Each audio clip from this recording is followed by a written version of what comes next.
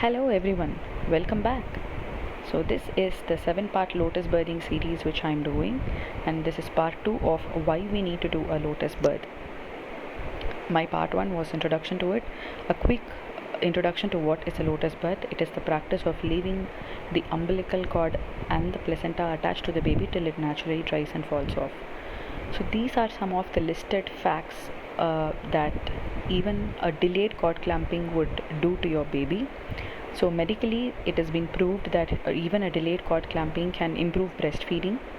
It gives more immunity to the child. There is more oxygen to the baby's brain functioning and cardiac functioning. It reduces the risk of dyslexia or autism that the baby can get after birth, and also helps in better cognitive and brain developmental functions. Since the baby's 1/3 of the blood is remaining in the placenta, by not clamping and leaving the baby's placenta to be attached to it, there is enough sufficient hemoglobin that can prevent your child from getting anemic for up to 3 to 6 months.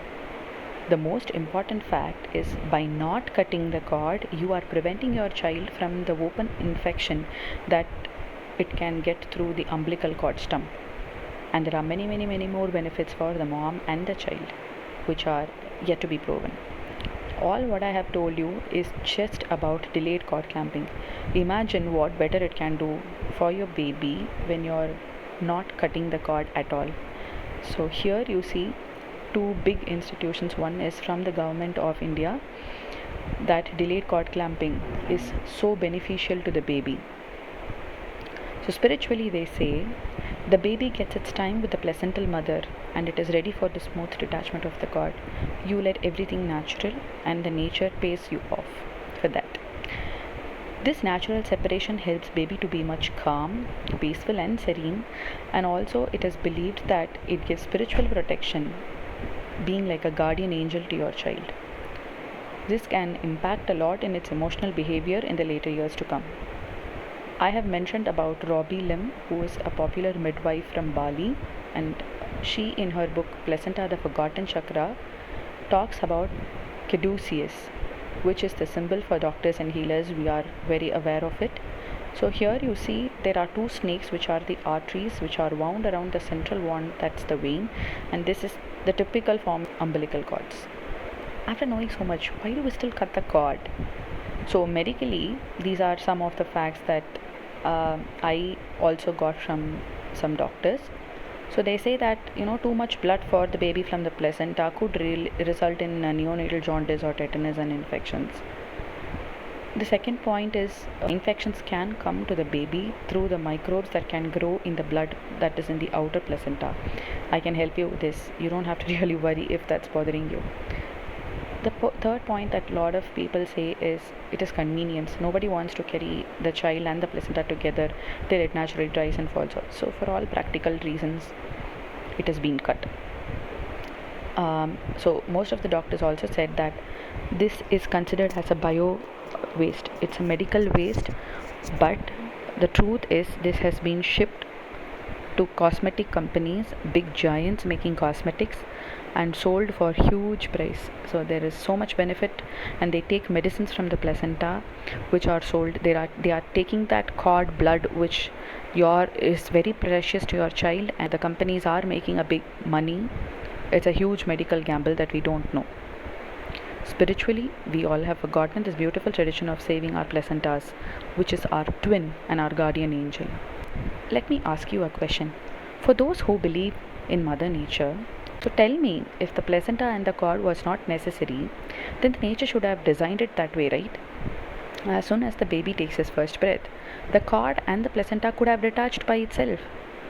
Why does it need a medical intervention? Why does it need cord clamping and then cutting the cord? Don't you think it's a medical intervention that human is doing? In today's development, science is proving that delayed cord clamping is very beneficial and effective. Maybe few decades later, it will agree that lotus birth is much more beneficial. So, why are you preventing the best that you can offer to your child? If you see naturally, most animals and mammals eat the placenta. So this could be for two reasons. It could be either to prevent the predators from attacking the newborn or for compensating the nutrient loss during pregnancy. This eating the placenta is also being followed in few traditions back in those days, and I will share it in the placental video for you. But one animal which has an exception is chimpanzees. They don't eat or remove their baby's cords and the placenta. They let it naturally dry and fall off. They are doing lotus birthing. I think we follow chimpanzees. So the forgotten Indian tradition is that it is believed that Mahavishnu in Yoga Nidra in the Parkadal is the amniotic fluid, and when he wakes up, which is the birthing process, he invokes Brahma from the Nabi, which is the placenta. So some people have buried the placenta on their motherland, and few have buried it with a perennial plant for the longevity of the child. Few people have thrown on top of tall trees to feed scavengers. This believed that it will improve the mother's milk supply for breastfeeding mothers. I'm not going to say anything on that, it's been their belief. Some have thrown it on top of the roof of the house, believing the child gets its protection from the crows eating them, and it's also a belief that crows are a symbolization of our forefathers. So the forefathers protecting the child. The most important thing, according to me, is this dried cord is made into a powder and saved in an amulet, and it is actually tied to the child.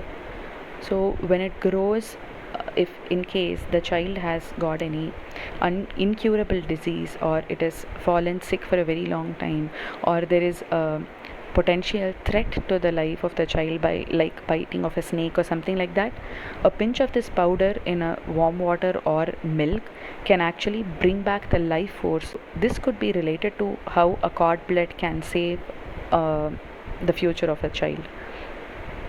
This is an Indian tradition which has been followed for so many years.